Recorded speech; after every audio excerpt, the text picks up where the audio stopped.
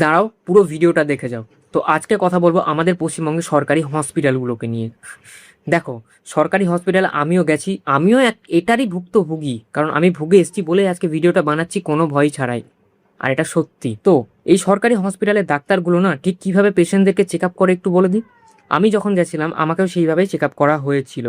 দেখো, ওই কানে গোজা স্টেথাস্কোপটা দিয়ে না টাচ পর্যন্ত করে না, দূর থেকে স্ক্যান করে নিয়ে নেয়। আমি জানি না স্টেথাস্কোপটা এত দূর থেকে কিভাবে স্ক্যান করে নেয় বুকের হার্টবিট বা কোনো কিছু না, লিখে দিল ওষুধ।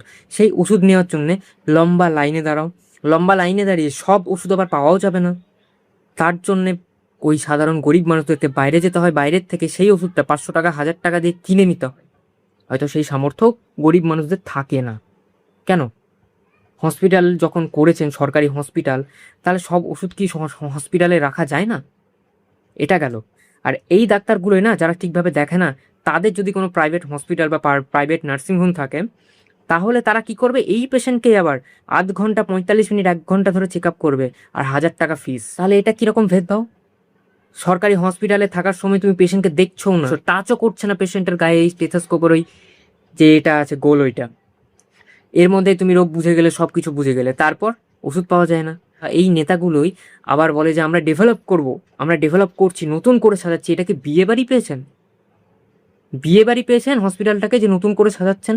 অবশ্যই আগে ডাক্তারগুলোকে সেট করুন হসপিটালে, ঠিকঠাকভাবে চিকিৎসা হচ্ছে কিনা, মানুষ ঠিকঠাক সার্ভিস পাচ্ছে কিনা, ডাক্তারগুলোকে ঠিকঠাকভাবে চেক আপ করছে সাধারণ গরিব মানুষদেরকে, তারপর আপনি এইসব সাজান। অবশ্যই সাজানো দরকার, কিন্তু তার আগে যারা চেক আপ করছে এদেরকে তো ভগবানের মতো দেখে সাধারণ গরিব মানুষ, তারা কি ঠিকভাবে পেশেন্টগুলোকে দেখছে? চেক করুন আগে, তারপর সাজান।